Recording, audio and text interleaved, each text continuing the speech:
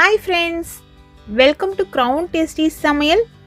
இப்போ நம்ம பார்க்க போகிறது வீட்லயே சுத்தமான பெருங்காய பொடி எப்படி செய்யறதுன்னு தாங்க. நம்ம சேனலில் நிறைய ரெசிபி செய்யும் பொழுது தூள் பெருங்காயம் நான் பயன்படுத்தியிருப்பேன். அது இந்த மெத்தடில் செஞ்சது தான். உங்ககிட்டயும் சொல்லியிருப்பேன், ரொம்பவே ஈஸியாக நம்ம செஞ்சிடலான்ட்டு. இப்போ நீங்கள் பார்த்துட்டு இருக்கிறது பால் பெருங்காயம்.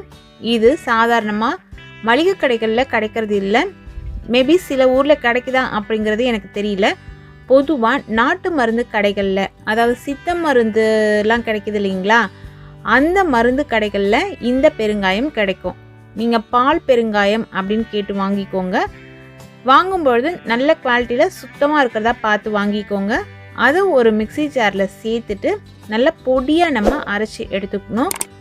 அந்த பெருங்காயம் பார்க்கும் போதே நமக்கு தெரியும் அதில் மண்ணுக்கல்லாம் இருக்கா அப்படின்னு. சப்போஸ் குவாலிட்டி சரியாக இல்லைன்னா வாங்காதீங்க. இது போல் வாங்கின பால் பெருங்காயத்தை இந்த அளவு பவுடராக நீங்கள் பொடி பண்ணி எடுத்து வச்சுட்டு ஒரு ஏர்டைட் கண்டெய்னரில் வச்சுக்கோங்க.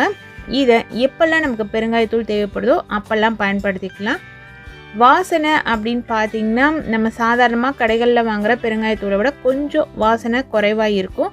சில சமயம் நல்ல வாசனையாகவும் இருக்கும். ஆனால் இது உடம்புக்கு ரொம்பவே நல்லது. இதில் வேறு எந்த கலப்புமே இல்லாமல் செய்யக்கூடிய ஒரு சுத்தமான பெருங்காயம் தான் இது. நீங்களும் இதே போல் சுத்தமான முறையில் பெருங்காயத்தூள் செஞ்சு எடுத்து வச்சுட்டு சமையலுக்கு பயன்படுத்துங்க. அது உடம்புக்கு ரொம்பவே நல்லது. இது போல் விதவிதமான நிறைய சுவையான ரெசிபிஸ், டிப்ஸ் எல்லாம் தெரிஞ்சுக்கணும்னு நீங்கள் விருப்பப்பட்டீங்கன்னா நம்ம சேனலை தொடர்ந்து பாருங்கள். சுவையாக சமைச்சு சாப்பிட்டு ஹாப்பியாக இருங்க. Thank you friends.